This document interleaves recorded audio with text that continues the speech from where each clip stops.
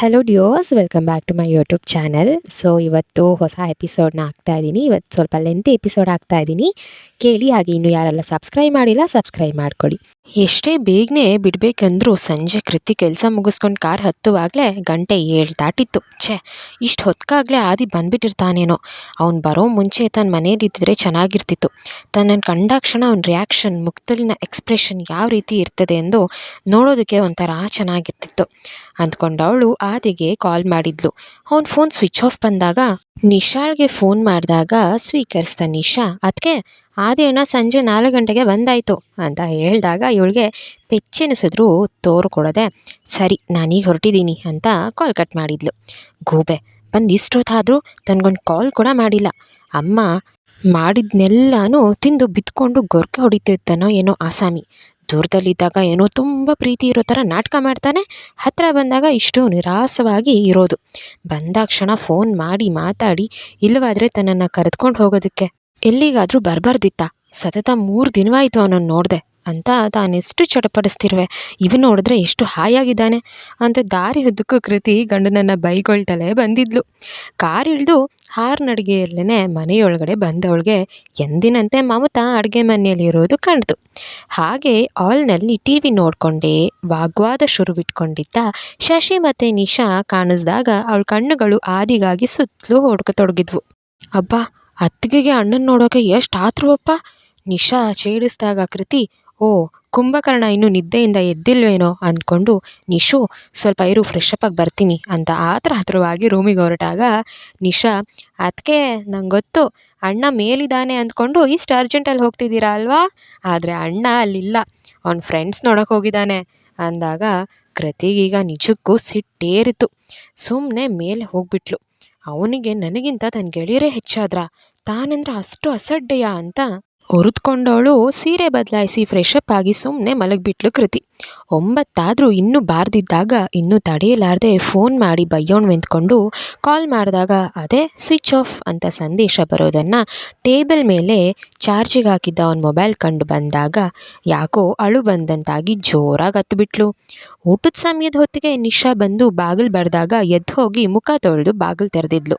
ಯಾಕದ್ಕೆ ಮಲಗಿಬಿಟ್ಟಿದ್ರಾ, ಬನ್ನಿ ಅಮ್ಮ ಕರೀತಿದ್ದಾರೆ ಅಂತ ನಿಶಾ ಕೇಳಿದಾಗ, ಯಾಕೋ ನಂಗೆ ಹಸಿವಿಲ್ಲ, ಊಟ ಬೇಡ ಅಂತ ಕೃತಿ ನಿರಾಕರಿಸಿದಾಗ, ಅಯ್ಯೋ ರಾತ್ರಿ ಹೊತ್ತು ಹಾಗೆಲ್ಲ ಖಾಲಿ ಹೊಟ್ಟೆಲಿ ಮರಗಬಾರ್ದಂತೆ, ಸೇರಿದಷ್ಟು ಊಟ ಮಾಡಿ ಬನ್ನಿ ಅಂತ ಬಲವಂತವಾಗಿ ಅವಳನ್ನು ಕೆಳಗೆ ಕರೆದುಕೊಂಡು ಹೋದ್ಲು. ಡೈನಿಂಗ್ ಹಾಲ್ನಲ್ಲೂ ಆದಿ ಸುಳಿವಿಲ್ಲದಿದ್ದಾಗ ಅವಳು ಸಿಟ್ಟು ನೆತ್ತಿಗೇರಿದ್ರು ಒಂದು ಅಕ್ಷರವನ್ನು ಮಾತಾಡದೆ ಯಾರಿಗೂ ಬೇಜಾರಾಗಬಾರ್ದೆಂದು 4 ತುತ್ತು ತಿಂದು ಮೇಲೆದ್ದು, ಅತ್ತೆ ನಂಗೆ ಯಾಕೋ ತಲೆನೋವು, ನಾನು ಮಲಗ್ತೀನಿ ಅಂದು ಸೀದಾ ರೂಮ್ ಸೇರಿಕೊಂಡಿದ್ಲು. ಅಮ್ಮ, ಯಾಕೋ ಇಷ್ಟೊತ್ತಾದರೂ ಅಣ್ಣ ಬರಲಿಲ್ಲ, ಊರಿಂದ ಬಂದಮೇಲೆ ಅದಕ್ಕೇನ ಇನ್ನೂ ಮಾತಾಡ್ಸೇ ಇಲ್ಲ, ಅದಕ್ಕೆ ಅವ್ರು ತುಂಬ ಬೇಜಾರು ಮಾಡ್ಕೊಂಡಿದ್ದಾರೆ ಅನಿಸುತ್ತೆ. ಈ ಅಣ್ಣ ಯಾಕೆ ಹಿಂಗೆ ಮಾಡ್ತಾನೆ, ಫ್ರೆಂಡ್ಸ್ ಮಾತಾಡಿಸಿ ಬೇಗ ಬರ್ತೀನಿ, ಫೋನ್ ಚಾರ್ಜಿಗೆ ಹಾಕು ಅಂತ ಹೇಳಿ ಹೋದವನು ಇಷ್ಟು ಹೊತ್ತಿನವರೆಗೂ ಎಲ್ಲಿಗೆ ಹೋಗಿರ್ಬೋದು ಅಂತ ನಿಶಾ ಕೇಳಿದಾಗ ಮಮತಾ ಅವರಿಗೆ ಆದಿ ಈ ರೀತಿ ಫ್ರೆಂಡ್ಸ್ಗಳೊಂದಿಗೆ ಹೋಗಿ ತಡವಾಗಿ ಮನೆ ಬರೋದು ಹೊಸ ವಿಷಯವೇನು ಅಲ್ಲದಿದ್ರೂ ಇಂದು ಊರಿಂದ ಬಂದವನು ಹೆಂಡತಿಯನ್ನು ಮಾತಾಡಿಸ್ದೆ ನಾಪತ್ತೆಯಾಗಿರುವ ಮಗನ ಬಗ್ಗೆ ಎಲ್ಲಿಗೆ ಹೋದ್ನೋ ಏನೋ ಅಂತ ಕೊಂಚ ಆತಂಕವಾಯಿತು. ಶಶಿಗೆ ಆದಿ ಫ್ರೆಂಡ್ ವಿಕಾಸ್ಗೆ ಕರೆ ಮಾಡಿ ವಿಚಾರಿಸುವಂತೆ ಹೇಳಿದ್ರು. ಅವನು ಫೋನ್ ತೆಗೆದು, ಈಗ ತಾನೇ ಮನೆ ಕಡೆ ಹೊರಟ, ಇನ್ನೇನು ಬರ್ಬೋದು ಅಂತ ಹೇಳಿದಾಗಷ್ಟೇ ಮಮತಾ ಅವ್ರಿಗೆ ಸ್ವಲ್ಪ ಸಮಾಧಾನವಾಗಿದ್ದು. ಅದಾಗಲೇ ಊಟ ಮುಗಿಸಿ ಮಲಗಿದ್ದ ಪತಿಗೆ ಮಾತ್ರೆ ಕೊಡುವುದು ನೆನಪಾಗಿ ರೂಮಿನತ್ತ ಧಾವಿಸಿದ್ರು. ಆದಿ ಮನೆಗೆ ಬಂದಾಗ ಸಮಯ 11ರ ಹತ್ತಿರವಿತ್ತು. ಬಾಗಿಲು ತೆರೆದು ಮಮತಾ ಮಗನನ್ನು ತರಾಟೆಗೆ ತೆಗೆದುಕೊಂಡಿದ್ರು. ಇಷ್ಟು ಹೊತ್ತಿಗೆ ಬರೋದು, ಪಾಪ ಕೃತಿ ತುಂಬ ಬೇಜಾರಾಗಿದ್ಲು ಅಂದಾಗ ಆದಿ ಫ್ರೆಂಡ್ಸ್ಗಳೆಲ್ಲರೂ ಸೇರ್ಕೊಂಡಿದ್ವಿ, ಮಾತಾಡ್ತಾ ಹೊತ್ತೋಗಿದ್ದೆ ಗೊತ್ತಾಗ್ಲಿಲ್ಲ ಅಂತ ಚುಟುಕಾಗಿ ಹೇಳ್ದವ. ನಂತರ ಅಪ್ಪ ಮಲಗಿದ್ರಾ ಅಂತ ಅಮ್ಮನ ಉತ್ತರಕ್ಕೆ ಕಾಯ್ದೆ ಅವ್ರ ಕೋಣೆಗೆ ಹೋಗಿ ತಂದೆಯೇ ನೋಡಿಕೊಂಡು ನಿಂತಿದ್ದವನಿಗೆ ಮಮತಾ ಅವ್ರು ಊಟ ಮಾಡಿ ಮಾತ್ರೆ ತಗೊಂಡು ಮಲಗಿದ್ದಾರೆ ಅಂದು ನಂತರ ಎಲ್ಲರೂ ಕಾಳಜಿ ಮಾಡಿದ್ದು ಸಾಕು, ಟೈಮ್ ಆಯಿತು ಹೋಗಿ ಮಲ್ಗಪ್ಪ ದೊಡ್ಡ ಮನುಷ್ಯ ಅಂತ ಅಕ್ಕರೆಯಿಂದ ಗದರ್ಕೊಂಡಾಗ ಅವನು ಮೂತಿ ಊದಿಸಿ ಚಿಕ್ಕ ಮಕ್ಕಳಂತೆ ಹೊಟ್ಟೆ ಮುಟ್ಕೊಂಡು, ಹಾಗಾದರೆ ಈಗ ಉಪವಾಸ ಮಲಗುವಂತೀಯಾ ಅಂತ ಕೇಳಿದಾಗ ಮಮತಾ ಗಾಬರಿಯಿಂದ, ಅಂದರೆ ನೀನು ಇನ್ನೂ ಊಟ ಮಾಡಿಲ್ವೇನೋ ಅಂತ ಕೇಳಿದಾಗ ಅವನು ಇಲ್ಲ ಅನ್ನುವಂತೆ ತಲೆ ಆಡಿಸಿ, ನನಗೆ ಹೊರಗಿನ ಊಟ ಇಷ್ಟವಾಗಲ್ಲ ಅಂತ ನಿನಗೆ ಗೊತ್ತಿಲ್ವಾ ಅಂತ ಕೇಳಿದಾಗ, ಛೇ ನನ್ನ ಬುದ್ಧಿಗಿಷ್ಟು, ಫ್ರೆಂಡ್ಸ್ ಜೊತೆಗೆ ಹೊರಗೆಲ್ಲಾದರೂ ಮಾಡ್ಕೊಂಡಿರ್ಬೋದು ಅಂದ್ಕೊಂಡೆ ಅಂದವರು ಬಾ ಎಂದು ಅವನ ಕೈ ಹಿಡ್ಕೊಂಡು ಊಟಕ್ಕೆ ಕರೆದೊಯ್ದಿದ್ರು. ರೂಮ್ನೊಳಗಡೆ ಬಂದ ಆದಿಯ ನೋಟ ಹರಿದಿದ್ದು ಮಡದಿಯಿತ್ತ. ಕಾಲಿನಿಂದ ತಲೆಯವರೆಗೂ ಪೂರ್ತಿ ಹೊದ್ದು ಮಲಗಿಬಿಟ್ಟಿದ್ದಾಳವಳು. ಹಾಯ್ ಕೃತಿ ಮೇಡಮ್, ಹೇಗಿದ್ದೀರಿ? ಗಂಡ ಊರಿಂದ ಬಂದಿದ್ದಾನೆ, ಮಾತಾಡ್ಸೋಣ, ಮುತ್ತು ಕೊಟ್ಟು ಪ್ರೀತಿ ಮಾಡೋಣ ಅನ್ನೋದು ಬಿಟ್ಟು ಏನು ಆರಾಮಾಗಿ ಮಲಗಿಬಿಟ್ಟಿದ್ದೀರಾ ಅಂತ ಮುಖದ ಮೇಲಿನ ಹೊದಿಕೆಯನ್ನು ಎಳೆದಾಗ ಅವಳು ಅದನ್ನೇ ಕಾಯ್ತಿದ್ದಂತೆ ಸಿಟ್ಟಿನಿಂದ ಪಟ್ಟನೆ ಎದ್ದು ಕುಳಿತವಳು ತನಗೆ ತುಸು ದೂರದಲ್ಲಿದ್ದವನನ್ನೇ ಸುಡುವಂತೆ ನೋಡಿದ್ಲು. ಅದನ್ನು ನಾನು ಕೇಳಬೇಕು. ನಾನಿಲ್ಲಿ ನಿಮಗೋಸ್ಕರ ನಾಯಿ ಥರ ಕಾಯ್ತಾ ಬಿದ್ದಿದ್ರೆ ನಿಮಗೆ ನಿಮ್ಮ ಫ್ರೆಂಡ್ಸೇ ಹೆಚ್ಚಾಗಿ ಹೋದ್ರಲ್ವಾ? ನಾನೊಬ್ಬ ಹುಚ್ಚಿ. ಯಾವತ್ತು ಯಾರನ್ನು ಹಚ್ಕೊಳ್ದವಳು ನಿಮ್ಮನ್ನು ಯಾಕೆ ಇಷ್ಟು ಹಚ್ಕೊಂಡೇನೋ. ಇನ್ಮೇಲೆ ಯಾರ ಬಗ್ಗೆಯೂ ತಲೆ ಕೆಡಿಸ್ಕೊಳ್ದೆ ಅವ್ರು ಇರಲಿ ಇಲ್ದಿರಲಿ ನನ್ನ ಪಾಡಿಗೆ ನನ್ನ ಮುಂಚಿನಂತೆ ಹಾಯಾಗಿರೋದು ಅಂತ ಡಿಸೈಡ್ ಮಾಡಿಬಿಟ್ಟೆ ಇವತ್ತು. ಯಾರನ್ನು ಅತಿಯಾಗಿ ಹಚ್ಕೊಳ್ಳೋದು ಬೇಡ, ಅವರಿಂದ ನೋವು ತಿನ್ನೋದು ಬೇಡ. ಇಂಥ ಒಳ್ಳೆಯ ಪಾಠ ಕಲಿಸ್ಕೊಟ್ಟಿದ್ದಕ್ಕೆ ತಮಗೆ ತುಂಬ ಥ್ಯಾಂಕ್ ಯು ಸರ್. ಇದೇ ಥರ ಅನ್ಸುತ್ತಲ್ವಾ ಯಾರಾದರೂ ನಾವು ಹಚ್ಕೊಂಡಿರೋರನ್ನ ನಮ್ಮ ಬಗ್ಗೆ ಕಾಳಜಿನೇ ಮಾಡಿಲ್ಲ ಅಂತಂದರೆ. ಅವಳು ಒಂದೇ ಸಮನೆ ಬಡಬಡಿಸ್ತಿದ್ರೆ ಅವನು ಸಿಟ್ಟಿನಿಂದ ಕೆಂಪಾದ ಅವಳ ಮುದ್ದು ಮುಖವನ್ನು ಅತ್ತು ಕೆಂಪಾದ ಅವಳ ಅರಳು ಗಣ್ಣುಗಳನ್ನು ಪಟಪಟನೇ ಮಾತಾಡ್ತಿದ್ದ ಪುಟ್ಟ ಬಾಯನ್ನು ಕೆಂದುಟಿಗಳನ್ನು ನೀಳನಾಸಿಕದ ಮೇಲೆ ಕುಳಿತು ಪಳಪಳನೆ ಹೊಳೆಯುತ್ತಾ ಯಾವಾಗಲೂ ಅವನ ಮನಸ್ಸನ್ನು ಕದಿಯುವ ಮೂಗಿನ ನತ್ತನ್ನು ನೋಡ್ತಿದ್ದವನು ಪರವಶನಾದವನಂತೆ ಅವಳ ಹತ್ತಿರಕ್ಕೆ ಸರಿದು ಅವಳ ಮೊಗವನ್ನು ಕೈಯಲ್ಲಿಡಿದು ಅವಳ ಅಧರಗಳನ್ನು ತನ್ನ ತುಟಿಗಳಿಂದ ಬಂಧಿಸಿದಾಗ ಅವಳು ಕೋಪದಿಂದ ಅವನನ್ನು ದೂಡ್ದವಳು.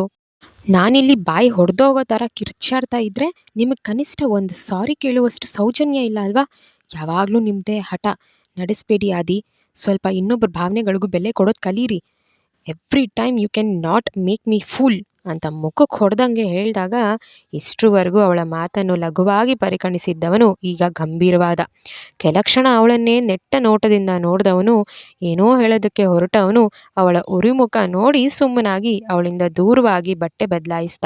ಅವನು ವಾಶ್ರೂಮ್ಗೆ ಹೋಗಿ ಬಂದರೂ ಅವಳಿನ್ನೂ ತನ್ನ ಉತ್ತರಕ್ಕಾಗಿಯೂ ಕಾದಿ ಕುಳಿತಿರೋದು ನೋಡಿಯೂ ನೋಡದಂತೆ ಸುಮ್ಮನೆ ತನ್ನ ಜಾಗದಲ್ಲಿ ಬಂದು ಮಲಗಿಬಿಟ್ಟಿದ್ದ. ತನ್ನ ಅಳಲನ್ನು ಕಿವಿಯ ಮೇಲೆ ಹಾಕಿಕೊಳ್ಳದೆ ಕಣ್ಣಿಗಡ್ಡವಾಗಿ ಹಣೆಯ ಮೇಲೆ ಕೈಗಳನ್ನು ಇಟ್ಕೊಂಡು ಹಾಗೇ ಮಲಗಿದವನನ್ನು ನೋಡ್ತಿದ್ದವಳಿಗೆ ಕೋಪದ ಜೊತೆಗೆ ಅಳುವು ನುಗ್ಗಿ ಬಂದಾಗ ಹಾಸಿಗೆ ಮೇಲಿಂದ ದಡಕ್ಕನೆ ಎದ್ದು ಹೊರಟವಳ ಕೈಯನ್ನು ಸರಕ್ಕನೆ ಹಿಡಿದು ತನ್ನೆಡೆಗೆ ಎಳೆದುಕೊಂಡಾಗ ಅವಳು ಸೀದಾ ಅವನೆದೆ ಮೇಲೆ ಬಿದ್ದಿದ್ದು. ಆದಿ, ಇವತ್ತು ನಂಗೆ ತುಂಬ ಸಿಟ್ಟು ಬಂದಿದೆ, ಪ್ಲೀಸ್ ನನ್ನ ಬಿಟ್ಬಿಡಿ. ನನಗೆ ಏಕಾಂತ ಬೇಕು. ಸ್ವಲ್ಪ ಹೊತ್ತು ನಾನು ಬಾಲ್ಕನಿಯಲ್ಲಿ ಕೂತು ಬರ್ತೀನಿ ಅಂತ ಗಂಭೀರವಾಗಿ ಹೇಳ್ತಿದ್ರೆ ಅವನು ಇಷ್ಟು ಹೊತ್ತಿನಲ್ಲಿ ಹೊರಗೆ ಹೋಗ್ತೀಯಾ? ಸರಿ ಹೋಗಿ ಅಂತ ಅವಳಿಂದ ಕೈ ತೆಗೆದವನು ಆದರೆ ಸ್ವಲ್ಪ ಹುಷಾರು. ನಮ್ಮ ಹಿಂದಿನ ಮನೆಯಲ್ಲಿ ಹೋದ್ವಾರ ಒಬ್ಬರು ವಯಸ್ಸಾದ ಅಜ್ಜಿ ಗೊಟಕ್ ಅಂದ್ರಲ್ಲ, ಅವರೇನು ದೆವ್ವವಾಗಿ ರಾತ್ರಿ ಹೊತ್ತು ಟೆರೆಸ್ ಮೇಲೆಲ್ಲ ವಾಕಿಂಗ್ ಬರ್ತಾ ಇದ್ರಂತೆ. ಪಕ್ಕದ ಮನೆ ಪದ್ಮ ಆಂಟಿ ಹೇಳಿದ್ರು ಅಂದವನು. ನಂಗೆ ಗೊತ್ತು ನೀನು ಇದನ್ನೆಲ್ಲ ನಂಬಲ್ಲ, ತುಂಬ ಧೈರ್ಯಶಾಲಿ ಅಂತ. ಹೋಗಿ ಏಕಾಂತದಲ್ಲಾದರೂ ಇರಿ ಅಥವಾ ಆ ದೆವ್ವದ ಜೊತೆ ಮೀಟಿಂಗ್ ಆದರೂ ಮಾಡಿ. ಆದರೆ ಒಂದು ಮಾತು, ಅದೇನಾದರೂ ರಾಂಗ್ ಆಗಿ ನಿನ್ನ ಕತ್ತುಗಿತ್ತು ಹಿಸ್ಕೋಗಿ ಬಂದರೆ ಸೇವ್ ಮಾಡಿ ಅಂತ please don't call me, okay? I am very much tired you know. Bye, happy night with ದವ್ವ ಅಂತ ಹೇಳ್ದವ ದೊಡ್ಡದಾಗಿ ಆಕಿಳಿಸುತ್ತಾ ನಾನು ಮಲಗ್ತೀನಪ್ಪ ಅಂತ ಅವಳಿಗೆ ಹೋಗುವಂತೆ ದಾರಿ ತೋರಿ ತಾನು ಕಣ್ಣು ಮುಚ್ಕೊಂಡಾಗ ಅವಳಿಗೆ ಮತ್ತಷ್ಟು ಸಿಟ್ಟು ಹೆಚ್ಚಾಗಿ, ಚೈಲ್ಡಿಶ್ ಆಗಿ ಆಡಬೇಡಿ, ಆ ಕಟ್ಕತೆಗಳನ್ನೆಲ್ಲ ನಂಬಿ ಹೆದರ್ಕೊಳ್ಳೋಕೆ ನಾನೇನು ಪ್ರೈಮರಿ ಸ್ಕೂಲಿನ ಮಗುವಲ್ಲ. ಸುಮ್ಮನೆ ಬಿತ್ಕೊಂಡ್ರೆ ಸರಿ ಈಗ, ಇಲ್ಲದಿದ್ದರೆ ಅಂತ ಕೈ ಬೆರಳು ತೋರಿಸ್ತಾ ಕಣ್ಣು ಅಗಲಿಸಿ ಹೆದರಿಸ್ತಿದ್ರೆ ಅವನು ಗಂಭೀರವಾಗಿ, ಏನು ಮಾಡೋದು, ನಮ್ಮನೇಲಿ ಈ ರೀತಿಯೆಲ್ಲ ಗೊಗ್ಗ ಇದೆ ಅಂತ ಹೆದರಿಸಿ ಆಟವಾಡೋಕೆ ಒಂದು ಮಗುನೂ ಇಲ್ವಲ್ಲ, ಅದಕ್ಕೆ ನಿನ್ನ ಜೊತೆನೇ ಆಟವಾಡ್ತಿದ್ದೀನಿ ಅಂದಾಗ ಅವಳ ಕಣ್ಣುಗಳು ಮತ್ತಷ್ಟು ಅಗಲ್ವಾದರೆ ಅವನು ತುಂಬ ಅಮಾಯಕನಂತೆ ಮುಖ ಮಾಡಿಕೊಂಡು, ನೋಡಿ ಕೃತಿ ಮೇಡಮ್, ಸ್ವಲ್ಪ ದೊಡ್ಡ ಮನ್ಸು ಮಾಡಿ ಈ ಕಡೆ ಗಮನ ಹರಿಸಿದ್ರೆ ಆಗ ನಾನು ನನ್ನ ಪಾಡಿಗೆ ಆ ಮಗು ಜೊತೆಗೆ ಆಟವಾಡ್ಕೊಂಡು ಇದ್ಬಿಡ್ತೀನಿ. ದೇವ್ರಾಣಿಗೂ ನಿಮ್ಮ ತಂಟೆಗೆ ಬರಲ್ಲಪ್ಪ ಅಂತ 2 ಬೆರಳಲ್ಲಿ ಗಂಟ್ಲು ಹಿಡ್ಕೊಂಡು ಪ್ರಾಮಿಸ್ ಎನ್ನುವಂತೆ ಹೇಳ್ತಿದ್ರೆ ಕೃತಿಗೆ ಅವನ ಮಾತಿನ ಅರ್ಥವಾಗಿ ಇಷ್ಟರವರೆಗೆ ಕೋಪದಿಂದ ಕುದೀತಿದ್ದವಳು ಮುಖ ಈಗ ನಾಚಿಕೆಯಿಂದ ಕೆಂಪೇರಿದ್ರು ಅದನ್ನು ಅವನಿಂದ ಮರೆಮಾಚಲು, you idiot, you stupid, I hate you, go to hell ಬೈತಲೆ ಹಾಸಿಗೆ ಮೇಲಿದ್ದ ದಿಂಬುಗಳನ್ನು ಅವನಡೆಗೆ ಎಸೆಯತೊಡಗಿದ ಹಾಕಿದಾಗ ಅವನು ಗಹಗಹಿಸುತ್ತಾ ಅವಳನ್ನು ತನ್ನೆಡೆಗೆ ಎಳೆದುಕೊಂಡು ತನ್ನ ಬಾಹುಗಳಲ್ಲಿ ಬಿಗಿಯಾಗಿ ಹುದುಗಿಸಿಕೊಂಡಾಗ ಕ್ಷಣ ಅವನಿಂದ ಬಿಡಿಸಿಕೊಳ್ಳುವ ವ್ಯರ್ಥ ಪ್ರಯತ್ನವಾಗಿ ಕೊಸರಾಡಿದ್ರೂ ನಂತರ ಸುಮ್ಮನಾಗಿದ್ಲು. ಅವಳ ದರಗಳನ್ನು ತನ್ನ ತುಟಿಗಳಿಂದ ಬಂಧಿಸಿ ಚುಂಬಿಸಲಾರಂಭಿಸಿದವನು ನಂತರ ಅವಳು ನುಣುಪಾದ ಕೊರಳ ಒನಪಲ್ಲಿ ಮುಖವಿರಿಸಿ ಮುದ್ದಿಸತೊಡಗಿದಾಗ ಅವಳು ತನ್ನವನ ಬಿಸಿಯುಸಿರ ಸ್ಪರ್ಶವನ್ನು ಅನುಭವಿಸುತ್ತಾ ಅವನಿಗೆ ಮುತ್ತಿಟ್ಟು ಪತಿಯ ಒಲವಿಗೆ ತನ್ನ ಸಹಾನುಮತಿಯನ್ನು ವ್ಯಕ್ತಪಡಿಸಿದಾಗ ಅವನು ಅವಳನ್ನು ಸಂಪೂರ್ಣವಾಗಿ ಆವರಿಸಿಕೊಳ್ಳುತ್ತಲೇ ಸಾರಿ ಆ್ಯಂಡ್ ಲವ್ ಯು ಚಿನ್ನ ಅಂದು ತನ್ನವಳನ್ನು ಪ್ರೀತಿಯ ಹೊಳೆಯಲ್ಲಿ ಮುಳುಗಿಸಿಬಿಟ್ಟಿದ್ದ. ವಿರಹದಿಂದ ನೊಂದು ಬೆಂದು ಕಾದಾಡಿದ ಜೋಡಿಗಳು ಇನ್ನೂ ಅಗಲಿರಲಾರೆವು ಎಂಬಂತೆ ಒಬ್ಬರಲ್ಲೊಬ್ಬರು ಬೆರೆತು ಹೋಗಿದ್ದರು. ಮರುದಿನ ತಮ್ಮನ್ನು ಕಾಡಿಸಲು ಬೇರ್ಪಡಿಸಲು ಸಂಚು ಮಾಡಿ ಹೊಂಚಾಗಿ ಕಾಯುತ್ತಿರುವ ವಿಧಿಯಾಟದ ಅರಿವಿಲ್ಲದೆ ಎಂದಿನಂತೆ ನಸುಕಿನಲ್ಲೇ ಹೊಡೆದುಕೊಂಡ ಅಲಾರಾಂ ಸದ್ದಿಗೆ ಎಚ್ಚರವಾಗಿ ನಿದ್ರೆ ಮಂಪರ್ನಲ್ಲೇ ಹಾಸಿಗೆಯಿಂದ ಏಳೋದಕ್ಕೆ ಹೋದ ಕೃತಿಗೆ ತನ್ನ ನಡುವನ್ನು ಬಳಸಿ ಹಿಡಿದಿದ್ದ ಕೈಗಳಿಂದ ಏಳಲು ಅಡ್ಡಿ ಎನಿಸಿದಾಗ ಚಕ್ಕನೆ ಕಣ್ಣು ಬಿಟ್ಟು ನೋಡಿದವಳಿಗೆ ಪಕ್ಕದಲ್ಲೇ ಮಲಗಿದ್ದ ಆದಿಯನ್ನು ಕಂಡಾಗ ಮೆಲ್ಲನೆ ಅವಳ ಮೊಗದಲ್ಲಿ ನಗುವರಳಿತು. ಗಾಢವಾದ ನಿದ್ರೆಯಲ್ಲಿದ್ದವನು ಹೊಡೆಯುತ್ತಿದ್ದ ಗೊರಕೆಗೆ ಅವನ ಒರಟು ತುಟಿಗಳ ಮೇಲಿನ ದಪ್ಪ ಮೀಸೆ ಏರಿಳಿಯುತ್ತಿರುವುದು ಕಂಡು ಮೆಲ್ಲನೆ ಅವನತ್ತ ಬಾಗಿ ಅವಳಿಗಿಷ್ಟವಾದ ಅವನ ಮೀಸೆಯನ್ನು ಮೃದುವಾಗಿ ಸವರಿ ತುಟಿಗಳ ಮಧ್ಯೆ ತನ್ನ ಕೈಬೆರಳನ್ನಿಟ್ಟಿದ್ದಳು, ಅವನು ತನ್ನ ಗೊರಕೆ ನಿಲ್ಲಿಸಲೆಂದು. ಆದರೂ ಅವನ ಗೊರಕೆ ಅವ್ಯಾಹತವಾಗಿ ಮುಂದುವರೆದಾಗ ಪಾಪ 3 ದಿನಗಳಿಂದ ಸರಿಯಾಗಿ ನಿದ್ರೆ ಮಾಡಿದ್ದಾನೋ ಇಲ್ವೋ, ಅವನಿಗೆ ತೃಪ್ತಿಯಾಗೋ ತನಕ ಮಲಗಲಿ ಅಂದ್ಕೊಂಡವಳು ನಿದ್ರೆಯಲ್ಲಿ ಅತಿ ಸುಂದರವಾಗಿ ಕಾಣುತ್ತಿದ್ದ ತನ್ನವನ ಮೊಗವನ್ನೇ ನೋಡ್ತಾ 3 ದಿನ ನೀವಿಲ್ಲದಿದ್ದಕ್ಕೆ ಎಷ್ಟು ಮಿಸ್ ಮಾಡಿಕೊಂಡೆ ಗೊತ್ತಾ. ನಮ್ಮಿಬ್ಬರ ಸಂಬಂಧ ಶುರುವಾಗಿರೋದು ಕೇವಲ 6 ತಿಂಗಳಿಂದ. ಇಷ್ಟರಲ್ಲೇ ನಾನು ನಿಮ್ಮನ್ನು ಅದೆಷ್ಟು ಹಚ್ಕೊಂಡಿದ್ದೀನಿ ಅಂತ ಯೋಚಿಸಿದ್ರೆ ನಿಜಕ್ಕೂ ಆಶ್ಚರ್ಯವಾಗುತ್ತೆ. ನೀವು ನನ್ನ ಜೊತೆ ಅದೆಷ್ಟು ಜಗಳವಾಡಿದ್ರೂ ನಂಗೆ ಎಷ್ಟೇ ಕೋಪ ತರಿಸಿದ್ರೂ ಪರವಾಗಿಲ್ಲ. ನೀವು ನನ್ನ ಕಣ್ಣೆದುರಿಗಿದ್ರೆ ಅಷ್ಟೇ ಸಾಕು. ನಿಮ್ಮನ್ನು ಬಿಟ್ಟಿರೋ ಶಕ್ತಿ ನನಗಿಲ್ಲ. I love you so much ಮೆಲ್ಲನೆ ಹೇಳ್ದವಳು ಅವನ ಕೆನ್ನೆಯ ಮೇಲೆ ತನ್ನ ತುಟಿಯುರಿದ್ದಳು. ಅಲಾರಾಮ್ ಮತ್ತೊಮ್ಮೆ ಹೊಡೆದುಕೊಂಡಾಗ ಅದರ ತಲೆ ಮೇಲೊಂದು ಹೊಡೆದು ಸುಮ್ಮನಾಗಿಸಿ ಮೆಲ್ಲನೆ ಅವನಿಂದ ಬಿಡಿಸ್ಕೊಂಡು ಏಳೋದಕ್ಕೆ ಹೋದಾಗ ಅವಳನ್ನು ತನ್ನತ್ತ ಎಳೆದುಕೊಂಡಿದ್ದ ಆದಿ. ಸೀದಾ ಅವನ ಎದೆ ಮೇಲೆ ಬಿದ್ದವಳು.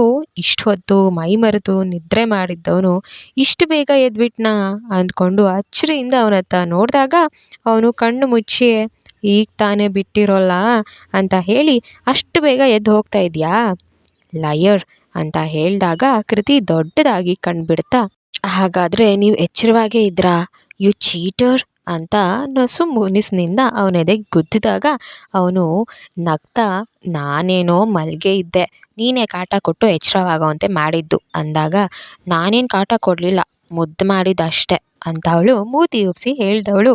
ಸರಿ ಬಿಡಿ, ಈಗ ಆರಾಮಾಗಿ ಮಲಗಿ, ನನ್ನ ಕಾಟವಿಲ್ಲದೆ ನಾನು ಎದ್ದು ರೆಡಿ ಆಗ್ತೀನಿ ಅಂದು ಕೊಸರುಕೊಳ್ತಿದ್ದವಳನ್ನು ಬಿಡದೆ ಮತ್ತಷ್ಟು ಬಿಗಿಯಾಗಿ ಹಿಡ್ಕೊಂಡವನು ನೋ ನೋ, ಈಗಾಗಲೇ ಕಾಟ ಕೊಟ್ಟು ಎಬ್ಬಿಸ್ಬಿಟ್ಟಿದ್ಯಾ, ಎಚ್ಚರವಾದ್ಮೇಲೆ ಹಾಗೆ ಹೋಗ್ತೀನಿ ಅಂದರೆ ಬಿಟ್ಬಿಟ್ರೆ ನಮ್ಮ ಗಂಡು ಜನ್ಮಕ್ಕೆ ಅವಮಾನ ಮಾಡ್ದಂಗೆ ಆಗುತ್ತೆ, ಅದಕ್ಕೆ ಪನಿಷ್ಮೆಂಟ್ ಕೊಡದೆ ಬಿಡೋಕ್ಕಾಗಲ್ಲ ಅಂತ ಗಂಭೀರವಾಗಿ ಹೇಳ್ದವನ ಮುಂದಿನ ನಡೆ ಊಹಿಸಿದವಳು. ಆದಿ ಪ್ಲೀಸ್, ನಾನಿವತ್ತು ಸ್ವಲ್ಪ ಬೇಗ ಹೋಗಬೇಕು, ಬಿಡಿ ನನ್ನ ಅಂತ ಹೇಳಿದಾಗ ಸರಿ ಹಾಗಾದರೆ ಎಪ್ಸಿದ್ದಕ್ಕೆ ಸಾರಿ ಕೇಳು, ಆಮೇಲೆ ಬಿಡ್ತೀನಿ. ಅವನ ಮಾತಿಗೆ ಅವನ ಎದೆ ಮೇಲೆ ತಲೆಯೂರಿದ್ದವಳು ಕತ್ತೆತ್ತಿ ಮೂತಿಯುಪ್ಸಿ ಸಾರಿ ಅಂದಾಗ ಇಷ್ಟು ದಿನ ಆದರೂ ಗಂಡನಿಗೆ ಯಾವ ರೀತಿ ಸಾರಿ ಹೇಳೋದು ಅಂತ ಗೊತ್ತಿಲ್ವಾ, ಚಿಕ್ಕ ಮಕ್ಕಳು ಕೇಳೋ ಥರ ಬರೀ ಸಾರಿ ಅಂತ ಚೈಲ್ಡ್ ಕಣೆ ನೀನು ಅಂತ ಛೇಡಿಸಿದಾಗ ಅವಳು ದೊಡ್ಡದಾಗಿ ಕಣ್ಬಿಟ್ಟಾಗ ಸರಿ ಬಿಡು ಗೊತ್ತಾಯ್ತು, ನಿನಗೆ ಗೊತ್ತಿಲ್ಲದನ್ನು ನಾನು ತಿಳಿಸ್ಕೊಡ್ಬೇಕು ಅಂತ ಅಲ್ವಾ ನಿನ್ನ ನೋಟದ ಅರ್ಥ, ಆಯಿತು ಹೇಳ್ಕೊಡುವ, ಗಂಡನಾಗಿ ಅದು ನನ್ನ ಕರ್ತವ್ಯ ಅಂದವನು. ಸಾರಿ ಕೇಳುವ ವಿಧಾನ ಒಂದು ಅಂದವನು ಅವಳ ನಡುವನ್ನು ಹಿಡಿದು ತನ್ನ ಮುಖದ ನೇರಕ್ಕೆ ಎಳೆದುಕೊಂಡು ಅಧರಗಳನ್ನು ಚುಂಬಿಸೋದಕ್ಕೆ ಅನುವಾದಾಗ ಆಹಾ, ಮಾತಿಗೆ ಮುಂಚೆ ಇದೊಂದು ಕೆಲಸ ಮಾತ್ರ ತುಂಬ ಚೆನ್ನಾಗಿ ಮಾಡ್ತೀರಲ್ವಾ, ನೀವೇನು ಹೇಳ್ಕೊಡೋದು ಬೇಡ ಬಿಡಿ ಅಂದವಳ ಮಾತನ್ನು ಅವನೆಂದಾದರೂ ಕೇಳಿದಿದ್ಯಾ. ಕೆಲ ಹೊತ್ತಿನ ಬಳಿಕ ಗಂಡನ ಬಾಹುಬಂಧನದಿಂದ ಮುಕ್ತಗೊಂಡವಳು ವಾಶ್ರೂಮ್ ಹೊಕ್ಕು ಸ್ನಾನ ಮುಗಿಸಿ ಹೊರಬಂದಾಗ ಆದಿ ಯಾರೊಂದಿಗೋ ಫೋನ್ನಲ್ಲಿ ಮಾತಾಡ್ತಿದ್ದವ ಇವಳು ಬಂದದ್ದು ನೋಡಿ ಬಾಲ್ಕನಿಗೆ ಹೋಗಿದ್ದ ತನ್ನ ಮಾತನ್ನು ಮುಂದುವರ್ಸೋದಕ್ಕೆ. ಇಂದು ಸಂಜೆ ಅವಳಿಗೆ ಶಾಪಿಂಗ್ ಮಾಡೋದಕ್ಕಿದ್ದರಿಂದ ಸ್ವಲ್ಪ ವಿಶೇಷವಾಗಿ ತಯಾರಾಗೋದಕ್ಕೆ ಸ್ಟಾರ್ಟ್ ಮಾಡಿದ್ಲು. ಅವಳಿಗೆ ಇಷ್ಟವಾದ ಸೀರೆಯನ್ನು ಆರಿಸಿ ಉಡೋದಕ್ಕೆ ಆರಂಭಿಸಿದ್ಲು. ಒಡಲು ತುಂಬ ಮೆರೂನ್ ಬಣ್ಣದ ಚಿಕ್ಕ ಗಾತ್ರದ ಕಸೂತಿಯಿಂದ ಹೆಣೆದಿದ್ದ ಹೂಗಳು, ಅದೇ ಬಣ್ಣದ ಬಾರ್ಡರ್ ಇದ್ದ ಹಾಲು ಬಿಳುಪು ಬಣ್ಣದ ಚಂದದ ಫ್ಯಾನ್ಸಿ ಸೀರೆಯದು. ಆದಿ ಅವಳನ್ನು ನೋಡಲು ಬಂದ ದಿನ ಅವಳು ಇದೇ ಸೀರೆಯನ್ನು ಉಟ್ಕೊಂಡಿದ್ದು. ಅಂದಗಾತಿಯಾದ ಕೃತಿ ಏನನ್ನೇ ಉಟ್ರು ತೊಟ್ರು ನೋಡೋದಕ್ಕೆ ಸೊಗಸೇ ಸರಿ. ಮದುವೆಗೆ ಮುಂಚೆ jeans, leggings, tops, kurta, gown, plaza ಇನ್ನಿತರ ಮಾಡರ್ನ್ ಡ್ರೆಸ್ಗಳನ್ನೇ ಅವಳು ಹೆಚ್ಚು ಹಾಕ್ತಿದ್ದಿದ್ದು. ಆದಿಯೊಂದಿಗೆ ಮದುವೆ ನಿಶ್ಚಯವಾದ ದಿನವೇ ಸುಹಾಸಿನಿ ಹೇಳಿಬಿಟ್ಟಿದ್ರು. ಹುಡುಗನ ಮನೆಯವರು ತುಂಬ ಸಂಪ್ರದಾಯಸ್ಥರು ಅನಿಸುತ್ತೆ, ಹಾಗಾಗಿ ಅವ್ರಿಗೆ ಮದುವೆ ನಂತರವೂ ನೀನು ಈ ರೀತಿ ಡ್ರೆಸ್ ಹಾಕೋದು ಇಷ್ಟವಾಗುತ್ತೋ ಇಲ್ವೋ ಗೊತ್ತಿಲ್ಲ, ಅದಕ್ಕೆ ಅವರು ಹೇಗೆ ಹೇಳ್ತಾರೋ ಅದೇ ರೀತಿ ಇರಬೇಕಾಗುತ್ತೆ. ಏಕೆಂದರೆ ನಾನು ನೋಡಿರೋವಂತೆ ಹೊಸದಾಗಿ ಮದುವೆಯಾದವರ ಸಂಸಾರದಲ್ಲಿ ಈ ಉಡುವ ತೊಡುವ ವಿಷಯದಿಂದಲೇ ಅದೆಷ್ಟೋ ಭಿನ್ನಾಭಿಪ್ರಾಯಗಳು ಶುರುವಾಗ್ತವೆ ಅಂತ ಹೇಳಿದಾಗ ತಕ್ಷಣ ಕೃತಿಗೆ ಮದುವೆಯಾಯಿತು ಅಂದ ಮಾತ್ರಕ್ಕೆ ನಾವು ಪ್ರತಿಯೊಂದಕ್ಕೂ ಅವರ ಅನುಮತಿಗೆ ಕಾಯಲಾಗುತ್ತಾ? ನಮ್ಮ ಉಡುಗೆ ತೊಡುಗೆ ನಮ್ಮ ಆಯ್ಕೆಯಾಗಿರ್ಬೇಕಲ್ವೇ? ಅಷ್ಟು ಸ್ವತಂತ್ರ ಇರೋದಿಲ್ಲ ಅಂದಮೇಲೆ ಯಾಕೆ ಬೇಕು ಈ ಮದುವೆ, ಗಂಡ, ಸಂಸಾರ ಅನ್ನೋದೆಲ್ಲ? ಈಗ ಇರುವಂತೆಯೇ ಯಾವುದೇ ನಿರ್ಬಂಧವಿಲ್ಲದೆ ಹಾಯಾಗಿದ್ರಾಗದೆ ಅನ್ನಿಸ್ಬಿಟ್ಟಿತ್ತು. ಅವ್ರದ್ದು ಕ್ಷಣ ಮಾತ್ರವಷ್ಟೇ. ಆದಿಯ ಮುಖ ಕಣ್ಮುಂದೆ ಬರ್ತಲೇ ಇದೊಂದು ಚಿಕ್ಕ ವಿಷಯ ಇರಲಿ ಬಿಡು, ಹೇಗೋ ಹೊಂದ್ಕೊಂಡ್ರಾಯ್ತು ಅಂದ್ಕೊಂಡಿದ್ಲು. ಅದೇಕೋ ಅವಳಿಗೆ ಮೊದಲ ನೋಟದಲ್ಲೇ ಆದಿ ಅಷ್ಟೊಂದು ಇಷ್ಟವಾಗಿಬಿಟ್ಟಿದ್ದ. ಮೊದಲೇ ತುಸು ಹಠಮಾರಿ ಮತ್ತು ಸ್ಟೇಟಸ್ ಕಡೆಗೆ ಹೆಚ್ಚು ಗಮನ ಕೊಡುವ ಮಗಳು ತಮ್ಮಷ್ಟು ಸ್ಥಿತಿವಂತರಲ್ಲದ ಈ ಸಂಬಂಧವನ್ನು ಒಪ್ತಾಳೋ ಇಲ್ವೋ, ಇವಳು ಮೆಚ್ಚುವಂತಹ ವರವನ್ನು ಹುಡ್ಕೋದಕ್ಕೆ ಇನ್ನೂ ಅದೆಷ್ಟು ಕಾಲ ಬೇಕಾಗೋದು ಅಂತೆಲ್ಲ ಯೋಚಿಸ್ತಿದ್ದ ಅವಳ ಹೆತ್ತವ್ರಿಗೆ ಹುಡುಗನ ಕಡೆಯವರು ಬಂದು ಹೋದ ಮರುದಿನವೇ ಕೃತಿ ತನ್ನ ಒಪ್ಪಿಗೆಯನ್ನು ತಿಳಿಸ್ಬಿಟ್ಟಾಗ ಅವರಿಗೆ ಒಂದು ಕಡೆ ಆಶ್ಚರ್ಯವಾದರೆ ಮತ್ತೊಂದು ಕಡೆ ಒಳ್ಳೆ ಜನರಿರುವ ತುಂಬ ಕುಟುಂಬ ಸೇರ್ತಾಳೆನ್ನುವ ಸಂತಸ ನೆಮ್ಮದಿ ಮೂಡಿತ್ತು. ಇದಾದ್ಮೇಲೆ 10-12 ದಿನಗಳ ನಂತರವೇ ಆದಿ ಮನೆಯವರಿಂದ ಹುಡುಗಿ ಒಪ್ಪಿಗೆ ಎಂದು ಕರೆ ಬಂದಿದ್ದು. ಅಬ್ಬಬ್ಬಾ, ಎಷ್ಟು ಕೊಬ್ಬಿರ್ಬೇಕು ಆ ಹುಡುಗನಿಗೆ! ನನ್ನಂಥ ಹುಡುಗಿಯನ್ನು ಒಪ್ಕೊಳ್ಳೋದಕ್ಕೆ ಆ ಗೂಬೆಗೆ ಇಷ್ಟು ದಿನ ಬೇಕಾಯ್ತಾ ಎಂದು ಬೈದಾಡ್ಕೊಂಡಿದ್ಲು ತನ್ನಮ್ಮನ ಮುಂದೆ. ಆಗ ಸುಹಾಸಿನಿ, ಮದುವೆ ಅಂದರೆ ಹುಡುಗಾಟವಲ್ಲ ಪುಟ್ಟ, ಇದೊಂದು ಜೀವನದ ಕೊನೆಯವರೆಗೂ ಜೊತೆಯಲ್ಲೇ ಸಾಗುವಂಥ ಪವಿತ್ರವಾದ ಸಂಬಂಧ. ಇದಕ್ಕೆ ಗಂಡು ಹೆಣ್ಣು ಮತ್ತು ಅವರಿಬ್ಬರ ಮನೆಯವರ, ಅದರಲ್ಲೂ ಹೆತ್ತವರ ಒಪ್ಪಿಗೆಯೇ ಅತಿ ಮುಖ್ಯ. ಹೀಗಿದ್ದಾಗ ಮಾತ್ರವೇ ಮುಂದಿನದು ಸುಲಲಿತವಾಗಿ ನಡೆದುಕೊಂಡು ಹೋಗ್ತದೆ.